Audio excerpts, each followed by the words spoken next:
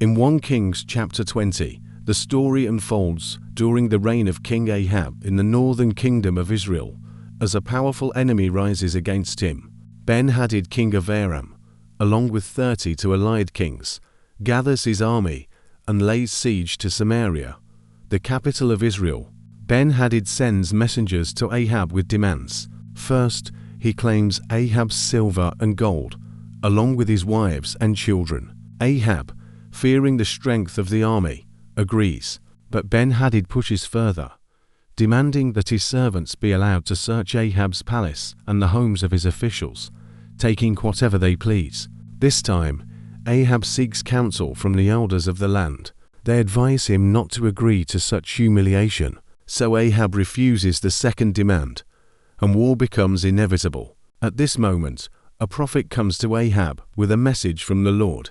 God declares that he will give Ahab victory, so that he will know that the Lord is God. Ahab is told that the battle will begin with a small force of young officers of the provincial commanders, followed by the rest of the army. At noon, as Ben-Hadad and his allies are drinking in their tents, the young officers march out. When Ben-Hadad hears of their advance, he orders them to be captured alive, whether they come for peace or war. But the Israelite forces strike, and each one defeats his opponent. The Aramean army is thrown into confusion, and Ben-Hadad flees on horseback. The prophet returns to Ahab and warns him to strengthen his position, because the king of Aram will attack again the following year. True to this warning, the Arameans prepare for another battle.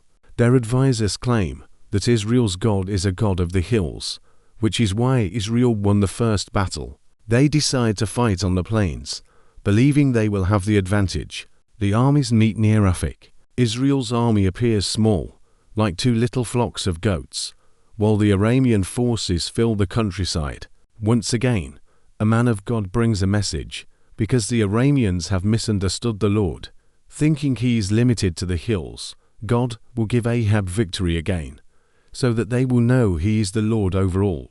The battle begins, and Israel defeats the Arameans, killing a vast number of soldiers. The survivors flee into the city of Aphek, but a wall collapses on them, causing even greater destruction. Ben-Hadad hides in an inner room, his army shattered. His officials advise him to seek mercy. They dress in sackcloth and ropes, a sign of submission, and approach Ahab, asking for his life to be spared. Surprisingly, Ahab agrees and calls Ben-Hadad his brother. The 2 kings make a treaty, and Ben-Hadad promises to return cities his father had taken and to allow Ahab to set up markets in Damascus. Ahab then lets him go. But this decision displeases the Lord. A prophet approaches Ahab with a story. He tells of a man who was given charge of a prisoner, but allowed him to escape. The king in the story declares that the careless man must pay with his life. Then the prophet reveals the truth. Ahab is that man. He has let go of a king whom God had devoted to destruction.